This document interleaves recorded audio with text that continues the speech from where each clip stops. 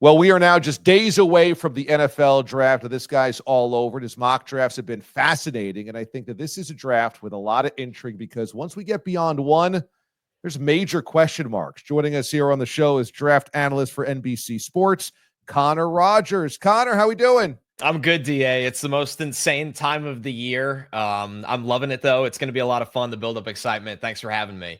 Absolutely. Cam Ward to Tennessee seems like a given at number one. Do you think the Travis Hunter to Cleveland is number two, also a given? I do. And then I think it has this ripple effect where Abdul Carter is just too good that he's probably a lock at number three. I've been telling people it feels like the draft starts at 4 with the New England Patriots. And that has a true feel because New England can, and I think they will try to move around the board maybe a little bit. They can take a player on both sides of the ball, whether it be Mason Graham on the defensive line, whether it would be an offensive lineman to help out Drake May and Will Campbell, Armand Membu. But once again, that's where the phones might actually start getting picked up as well. So it feels like this draft now starts at 4 when we get going on Thursday night.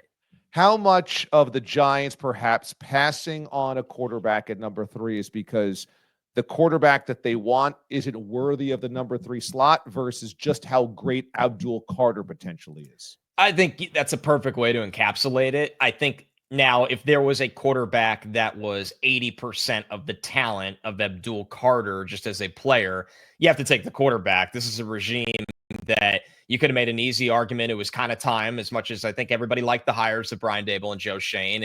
It has faltered recently. It might have been time to move on. Now they're operating as desperate men. That's why you build a quarterback room with whatever's left of Russell Wilson and Jameis Winston. And I think the fact is that this is a quarterback class where they might be more comfortable going back from 34 into the end of round 1 and taking is Shedeur Sanders there. We know they're having a very last minute workout with him, which is really interesting. Jackson Dart.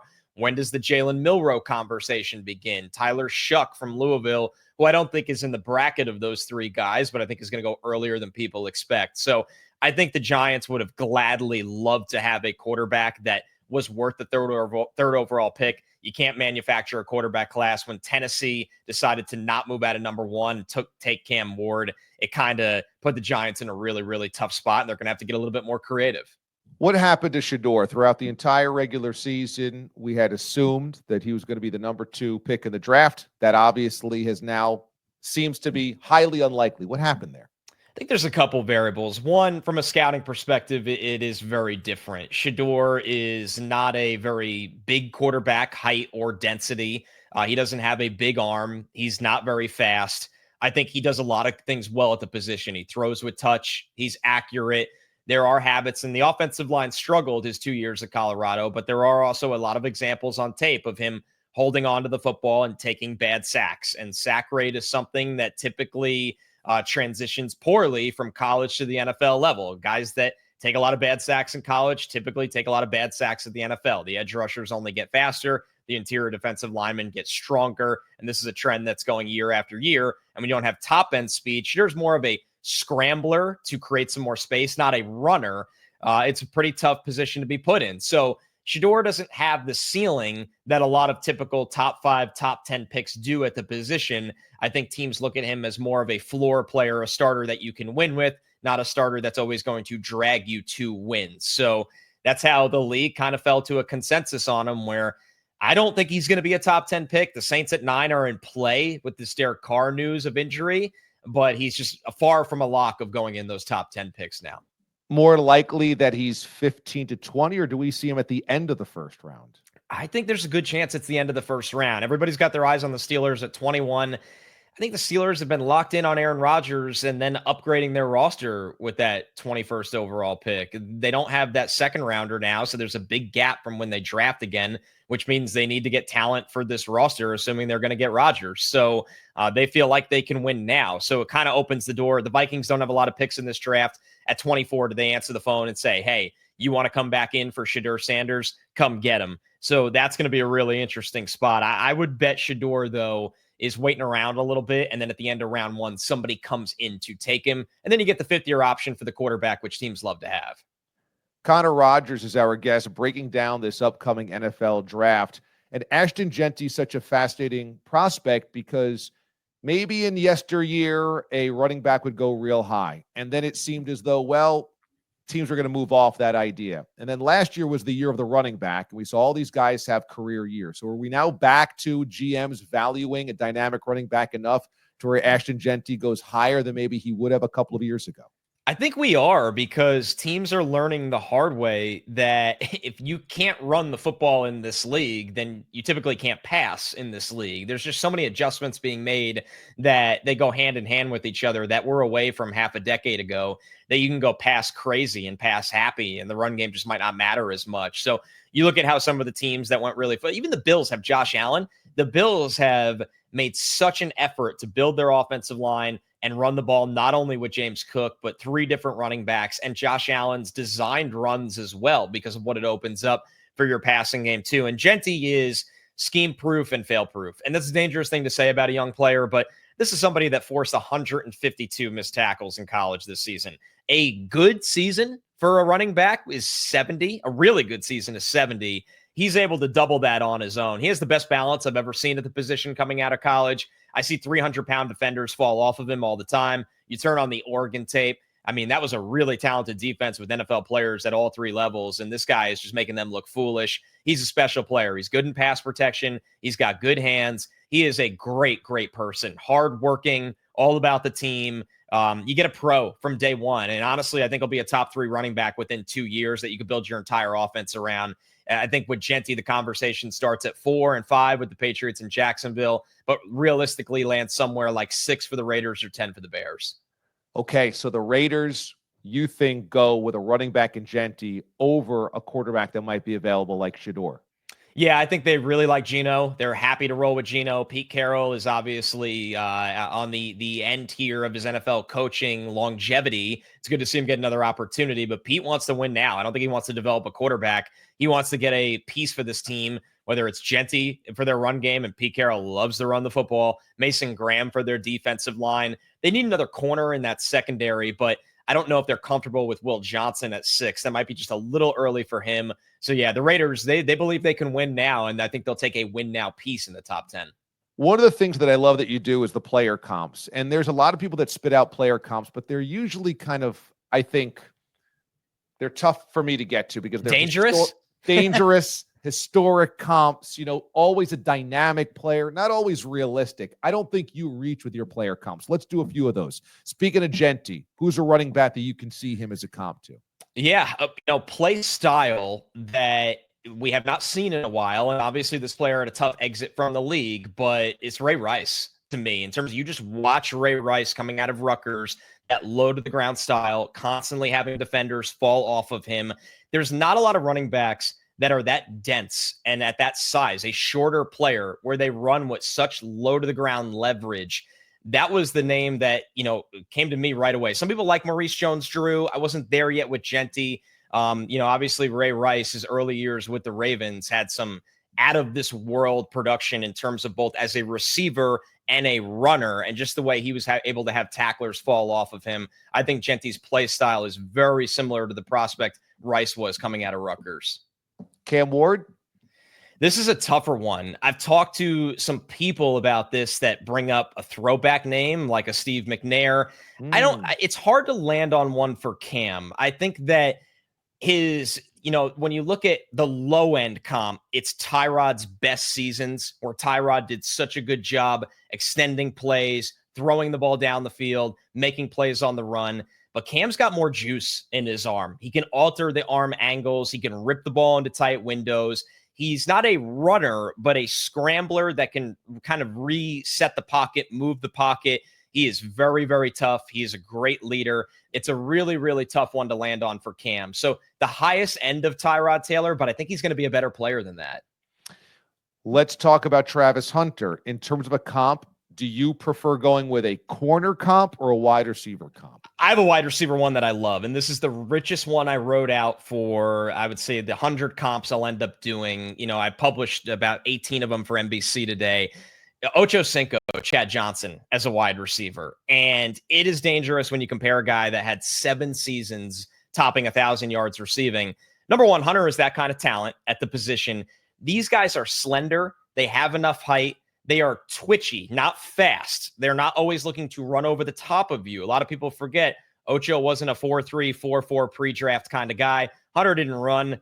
I don't think he would have ran in the 4-3s or the 4-4s. I don't think it matters. I think the agility is off the charts. The route running is dangerous, and they got ball skills. They don't need to be 6'4" to take away the football, win the ball in the air. Feels like they hang in the air forever. I see Travis Hunter as that Chad Johnson Bengals version. And Abdul Carter? Yeah, so this one to me is kind of ironic because he's probably going to the Giants, and he reminds me of a player that plays for the Giants and Brian Burns. They're 250-pound edge rushers that they win the exact same way. It's speed off the edge. How much can I set you up with that ability off the ball, off the edge? Then you start to set too wide. Okay, now I can hit you with a spin move inside, or I can cross your face. They play bigger than their 250-pound weight. A lot of the great edge rushers in the NFL can play closer to 260. It doesn't matter for these guys. And the last thing is you just look at the closing speed. There's a difference between disruptors and play finishers. These guys are play finishers. They don't just disrupt the quarterback. Their closing speed and pursuit speed is elite. You got to remember Burns ran a 96 percentile 40-yard dash. If Carter was healthy and tested, he would have done the same thing. He would have been a 4-5-ish, mid 4-5s kind of guy. They know how to finish plays and sack the quarterback. Sacks get you paid at the next level. See, I love this. We're not talking about, oh, he's LT, he's Michael Strahan. He's Brian Burns. That feels like a very realistic comp, which is why I love when you do these comps. I'm like, I can see those. Let me ask you about the next quarterback selected after Shedeur. First of all, do you think Jackson Dart could go before Shedeur? If not, do you think Jackson's the third QB off the board? Nothing ever surprises me with quarterbacks in this league anymore. I wasn't even surprised when Michael Penix went when he did last year because teams and coaches look at quarterbacks in such a unique ways in comparison to each other, what they like, what they prefer for their scheme, their rules. Does a guy have to be a multi-year starter? Does he have to check the adversity box? I think ultimately Dart will be the third quarterback taken. Shedeur will go. Now, where does that say the Giants really do come back in for Shedeur? Do the Browns at the top of the second round, are they comfortable with Jackson Dart? Does he wait a little bit longer?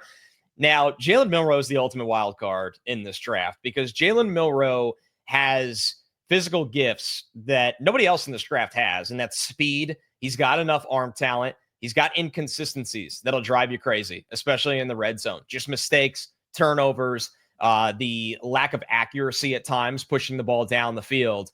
But, man, the mental makeup and the speed is really, really special where I think he goes earlier than where people expect. I would think Shedeur, Jackson Dart, and Milroe all end up as top 45 picks. It feels like it's the return of the second-round quarterback where for a long time it's been you go in the first round or you sit there and wait a really, really long time outside of Will Levis that did go somewhere in the middle, I believe 37th overall.